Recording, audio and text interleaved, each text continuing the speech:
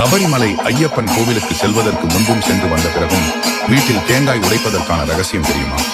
ஐயப்பனுடைய காவல் தெய்வமாக உள்ள கருப்பண்ணசாமியிடம் ஒருமுறை ஐயப்பன் கூறுகிறார், மாலை அணிந்து விரதம் இருந்து இருமுடி சுமந்து அவர்களுடைய துயரங்களை எல்லாம் மறந்து என்னை தரிசிக்க வரும் பக்தர்களை நான் பார்த்துக் கொள்கிறேன்.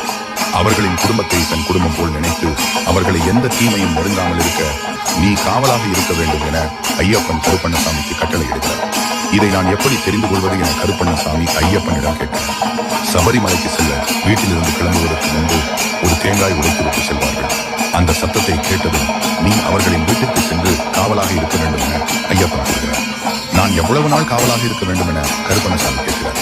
என்னை தரிசனம் செய்துவிட்டு சபரிமலையில் இருந்து வீட்டிற்கு வந்ததும் மீண்டும் ஒரு தேங்காய் உடைப்பார்கள். அந்த சத்தத்தை கேட்டதும் நீ அவர்கள் வீட்டிலிருந்து கிளம்பலாம் என ஐயப்பன் கருப்பண்ணசாமியிடம் கூறுகிறார். இதன் காரணமாக தான் சபரிமலைக்கு செல்வதற்கு முன்பும் சென்று வந்த பிறகும் வீட்டில் தேங்காய் உடைக்கிறார்கள். நீங்கள்